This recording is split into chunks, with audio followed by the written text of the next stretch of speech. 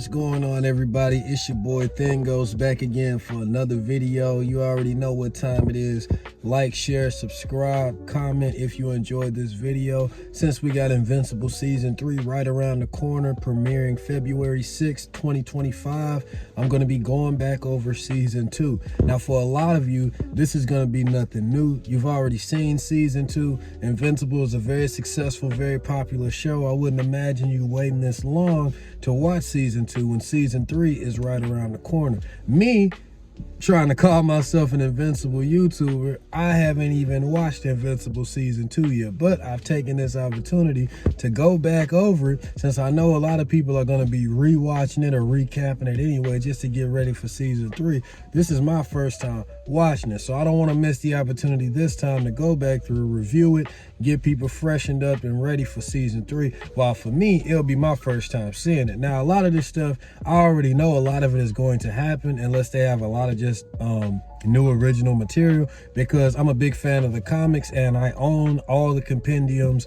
several issues individually, and I've read through the series multiple times. So I already knew what was going to happen in this season. I just haven't actually sat down and watched it for myself. Now, the episode starts out pretty interestingly. I remember can't really claim bragging rights right now because I wasn't consistent enough, but I remember a few years ago I made a video saying that Season 2 most likely was going to start off like this, because I remember in the comic they did something very similar. They started the comic out by kind of giving you a fake out, making you think like, what the fuck, because this episode started with Mark and his father working together, showing you kind of like an alternate reality scenario of what would happen if Mark actually teamed up with his father and both of them took over the planet. So it shows all the damage that ensues, all the people that die. It shows a pretty awesome fight between the Immortal and Invincible right at the beginning, and it ends with Nolan just cutting his head off and Invincible just squishing it. Pretty epic. But all in all, it just gives you a look at what things could have been like if they worked together and took over the world. We get introduced to this new character who has the ability to teleport. This is Angstrom Levy, a very big character added to the Invincible roster. He's voiced by Sterling K. Brown, very talented actor. Not the first choice I would have chosen to do the voice for Angstrom Levy, but he does an amazing job. I wouldn't change it. It's just that I didn't really know him or think of him as a voice actor before this show, but I think, you should get actors to spread their wings a little bit, do things they probably don't normally do.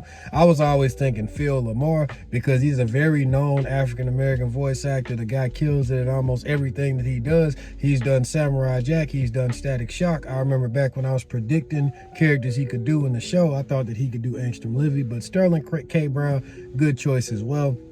We get pretty much this episode kind of feels like a balance between, an episode that's bringing you back to the show, letting you get a feel for how things are after that epic season finale of Season 1, trying to, slowly get you back into the swing of things, similar to what Invincible is going through. He's trying to slowly get back into the swing of things after all that damage that has happened. Well, actually, it's not really slowly. He probably should be taking it a little bit more easy, but it just takes place a month after, and he's trying to get back in there because he feels like all he can really think about is what happened between him and his dad. So he's eager to go back out there, be a hero, and try to prove everybody wrong that he's not like his dad at all. In particular, Cecil, who makes a few comments about how he's not sure, you know what I mean, like how he can turn out, or he wants to make sure he keeps him on a short leash so he can keep his eye on him. He doesn't want to make the same mistake with him that he feel like he made with Nolan.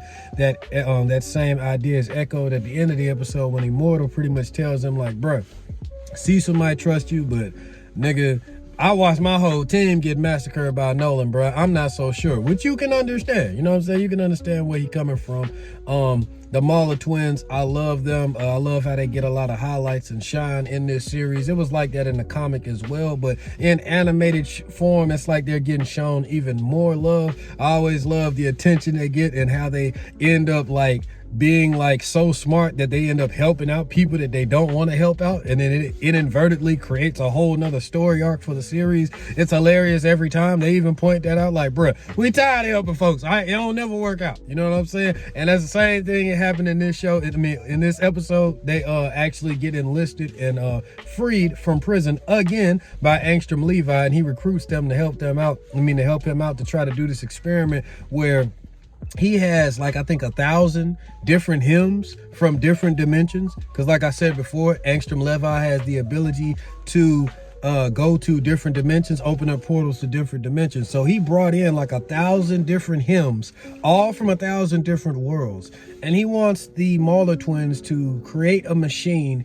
that can take all of the different versions of him from different dimensions, get their memories, and transfer them all into his one brain, because he wants to have infinite knowledge of all of the different worlds. He was like, they have worlds that have solved different diseases and, you know, famine and hunger and cancer. There's all kind of worlds where wars haven't even happened, and there's different kind of peace treaties. Like, I could learn about all this stuff and I could share it with the world. I could save hundreds of thousands of lives. The Mauler twins just like, bro, we don't care about none of that. All right, like, what's in it for us? He makes a deal with them saying like, hey, if y'all help me out with this, not only would you learn more and pretty much participate in a project that you've never done, but I'll also send you to a world that is way more beneficial to y'all. He was like, man, how about you send us to a world with no superheroes and where the people there think of us as a god? So I was just like, hey, the Mauler twins funny as hell. But this leads to, when the project starts and they begin to do the process, Invincible crashes the party. It's bad time and he has no idea what's going on. But the point is, it looks very crazy. So Cecil and Donald, when they get kind of like an idea that something bad is going on, they just like, hey, bruh, send Invincible in there. And actually, I'm talking about Donald. Donald not even around yet, even though I know he didn't die, bro. But he wasn't in this episode. But anyway, Cecil was like, hey, look, it look bad. Let's get some help up in there. So they send Invincible up in there. Invincible go up in there. He try to stop it. He inadvertently, and actually, he didn't inadvertently do nothing. He didn't really know what was going on. He was just trying to stop it. But Angstrom is dumb as hell, and I will die on that hill.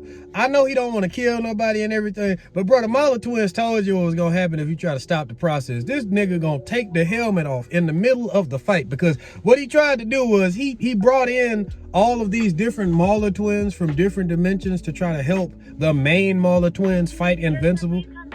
And the fight was pretty epic as well. You know, you got Invincible getting, I'm talking about getting hands put on him. He getting hit with the Maka Mookups. Probably would have died if Angstrom didn't take the helmet off. So, you know, I can say he dumb as hell, but at the same time, for the essence of plot, if he didn't take that helmet off, I'm pretty sure Invincible would have died or fared much worse. But yeah, he took the helmet off because he didn't want the Mauler twins to actually kill Invincible. He just wanted them to stop him from interfering with the transfer. Took the helmet off too soon. It caused a major explosion, destroyed the entire warehouse where they was working at, completely vaporized all of the multiple Mauler twins and all of the other Angstroms, and it just leaves a desolate just wasteland of dust and just debris and death. Invincible has no idea what happened. He feels like he's blaming himself yet again. The rest of the Guardians of the Globe get there after. We get some great dialogue from Rexplode, not just in this scene, but just in the episode throughout. Robot got a couple of good scenes too, where he's trying to get accustomed to his new body. The Guardians of the Globe as a whole have not really been doing too good when they're saving people or going out doing different operations. Too much collateral damage. It's taking too long for them to execute the plans because Robot isn't really up to par for his leadership, because he's trying to adjust to his new body. He's not used to it. So Cecil actually appoints a new leader, which is the Immortal, and he takes him from the leadership role. It's understandable, but you know, it just adds more to the, you know, subplots of what's going on with the Guardians of the Globe, Robot, Monster Girl, stuff like that. But pretty interesting, cool stuff. But all in all, that's pretty much like all the major things I can take from season 1 to just recap over. Of course, you know, we get to see Debbie going through, kind of like trying to put herself back together over all the crazy shit that she's been through. God bless that woman. Like, she does not deserve none of the stuff that she has been through. Like, damn. You know what I'm saying? We got Olga, who was, I forgot the speedster's name, but his wife, she comes back, you know, she talks to Debbie, has dinner with her, tries to make her feel a little better. But yeah, that's pretty much it, man. All in all, this episode is just trying to pick up the pieces of everything that happened after season 1. We got some real good fight scenes. We got the birth of a new villain, and we got a whole bunch more plots ready to be opened up for them to go through in season 2. And of course, course, in season 3 as well. So, in the next video, I'm going to be going through episode 2 of season 2 and recapping that, reviewing that as well. This episode, I give it probably like a solid 8 out of 10, if not an 8 out of 10, right at like a 7.8, like right at an 8. If it's not an 8, it's right at an 8. Not the best episode, definitely not the worst, but it has everything you would expect from a good episode in Invincible. I do have to admit that fight with the Mauler twins hit a whole lot harder in the show than it did in the comic. It seemed a lot more epic, so I really enjoyed that. Hope you guys have a good day, night, wherever you are, and until next time, guys, peace out.